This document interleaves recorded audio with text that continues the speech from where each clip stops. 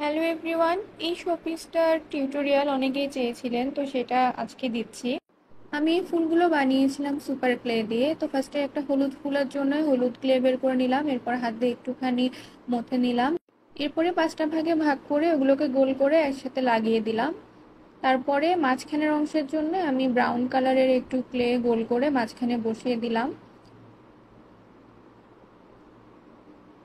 তারপরে এই যে ক্লে টুল, এগুলো হচ্ছে এই সুপার ক্লের সাথেই ছিল, এগুলো দিয়ে পাপড়িতে একটু শেপ দিয়ে নিলাম এবং মাঝের গোল অংশটাতে একটু অন্যরকম শেপ দিয়ে নিলাম।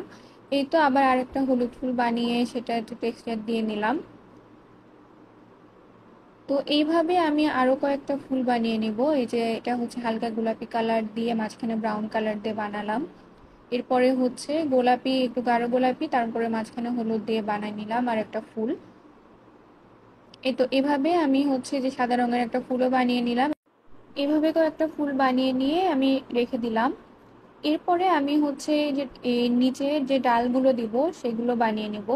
একটা টুথপিকের সাথে আমি কিছুটা সবুজ ক্লে দিয়ে, তারপরে একটু হাতে একটু ডলা দিয়ে দিয়ে ক্লেটা লাগিয়ে দিলাম এই টুথপিকের সাথে।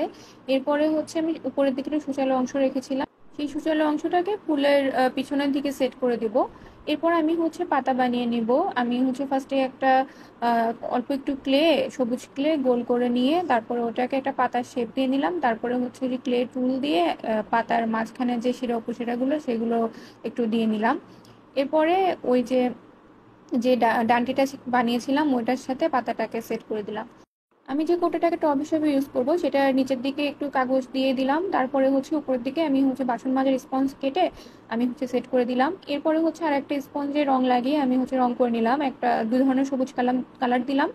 এরপরে আমি হচ্ছে একটু হালকা সবুজ, এটা কলাপাতা কালার দিয়ে একটু টেক্সচার অ্যাড করে দিলাম। এই তো এভাবে। এরপরে হলো যে ফুলগুলো আমি বানিয়ে রেখেছিলাম সেইগুলোর নিচের দিকেও, টুথপিকের নিচের দিকেও আমি একটু হচ্ছে সূচালো অংশ রেখেছিলাম, সেইটা দিয়ে সেটা আমি ওই স্পঞ্জের মধ্যে মধ্যে ঢুকিয়ে দিলাম। যেহেতু আমি যে কটা ফুল বানিয়ে রেখেছিলাম সেগুলো ভাবে আমি স্পঞ্জের মধ্যে মধ্যে ঢুকিয়ে দিলাম। এই যে আমি এখানে মোট হচ্ছে 7টা মতো ফুল বানিয়ে রেখেছিলাম, কিন্তু কিছু অংশ ফাঁকা লাগছে, এই জন্য আমি হচ্ছে আরো দুটো ফুল বানিয়ে নিলাম, বেগুনি কালারের আর হচ্ছে নীল কালারের। এগুলোকেও আমি হচ্ছে পাতা, ডান্টিয়ার পাতা সেট করে আমি হলো ওখানে সেট করে দিব। কালো আর হচ্ছে চকলেট কালারকে একসাথে করে আমি হচ্ছে একটু হালকা কালো এরকম বানিয়ে নিলাম। এখন এগুলোকে ছোট ছোট পাথরের শেপ দিয়ে আমি হচ্ছে যে ঘাস বানিয়ে রেখেছিলাম তার উপরে আঠা দিয়ে লাগিয়ে দিব। ওটাই যে আর্টটা করেছি এটা আমি পরে আর একটা ভিডিওতে ইনশাআল্লাহ শেয়ার করব, কারণ এই ভিডিওতে শেয়ার করতে গেলে ভিডিওটা অনেক বড় হয়ে যেত।